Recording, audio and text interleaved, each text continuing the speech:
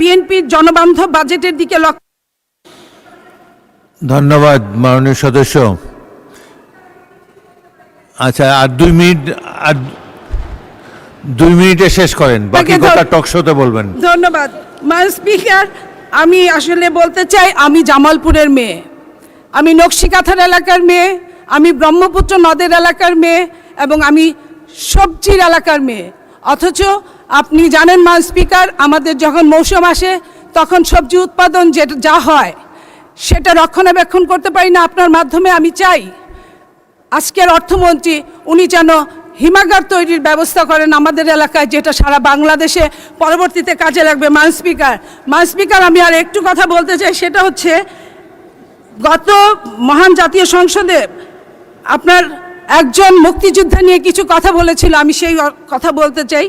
মহান জাতীয় সংসদ পরিচালনার জন্য মাননীয় স্পিকার প্রতি মিনিটে 2,72,000 টাকা খরচ হয়। এখানে বিরোধী দল আলোচনা করে পর্দা, বালিশ, মেশিন, মাইক্রোওয়েভ এইসব আলোচনা করে, এবং আরও আলোচনা করে কার বাবা দাদা মুক্তিযুদ্ধে শহীদ হয়েছে।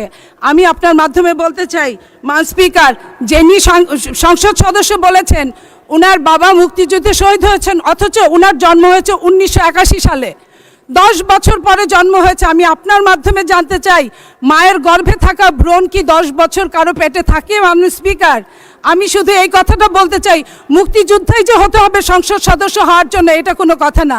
সংসদ সদস্য হওয়ার জন্য জনগণের জন্য কাজ করলেই হয়।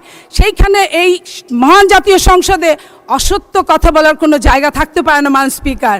তাই আমি বলছি, আগামীতে আপনারা মুক্তিযোদ্ধা হন, মুক্তিযুদ্ধের জন্য জীবন দিয়ে দেন, আমাদের দুঃখ নাই, কিন্তু এইভাবে অসম ভুলভাল আপনারা বলবেন না মাননীয় স্পিকার।